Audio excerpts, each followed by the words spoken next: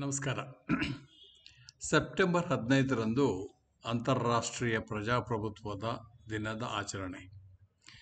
ಆ ದಿನ ಕರ್ನಾಟಕ ಸರ್ಕಾರ ಭಾರತದ ಸಂವಿಧಾನದ ಪ್ರಸ್ತಾವನೆಯನ್ನು ಓದುವ ಒಂದು ಕಾರ್ಯಕ್ರಮವನ್ನು ಹಮ್ಮಿಕೊಂಡಿದೆ.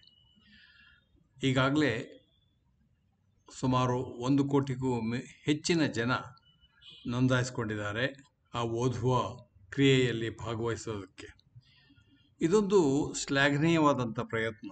ಏಕೆಂತಂದರೆ ನಾವೆಲ್ಲರೂ ಸಂವಿಧಾನದ ಬಗ್ಗೆ ಉಲ್ಲೇಖಿಸ್ತಾ ಇರ್ತೀವಿ, ಆದರೆ ಸಂವಿಧಾನದ ಒಳಗಡೆ ಏನಿದೆ ಅನ್ನೋದು ತುಂಬ ಜನಕ್ಕೆ ಪರಿಚಯ ಇಲ್ಲ. ಸಂವಿಧಾನವನ್ನು ಪಠ್ಯಕ್ರಮದಲ್ಲೂ ಸೇರಿಸಬೇಕು ಅನ್ನುವ ಒತ್ತಾಯವನ್ನು ನಾವೆಲ್ಲರೂ ಮಾಡ್ತಾ ಇದ್ದೀವಿ. ಹಾಗಿರುವಾಗ ಇಂಥ ಒಂದು ಒಳ್ಳೆಯ ಅವಕಾಶ ಸಿಕ್ಕಿದೆ. ನೀವೆಲ್ಲರೂ ಭಾಗವಹಿಸಿ ನೋಂದಾಯಿಸ್ಕೊಳ್ಳಿ.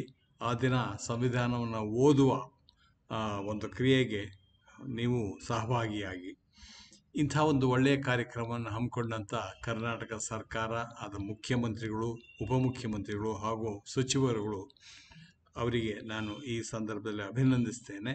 ಹಾಗೆಯೇ ಸರ್ಕಾರದ ಈ ಕಾರ್ಯಕ್ರಮಕ್ಕೆ ಜನಪ್ರಿಯಗೊಳಿಸೋದಕ್ಕೆ ಪ್ರಚಾರಕ್ಕೆ ಮಾಡ್ತಾ ಇರುವಂಥ ಸಿಯಾನ್ ಚಾನಲ್ನವರಿಗೂ ಈ ಸಂದರ್ಭದಲ್ಲಿ ಶುಭ ಕೋರುತ್ತೇನೆ.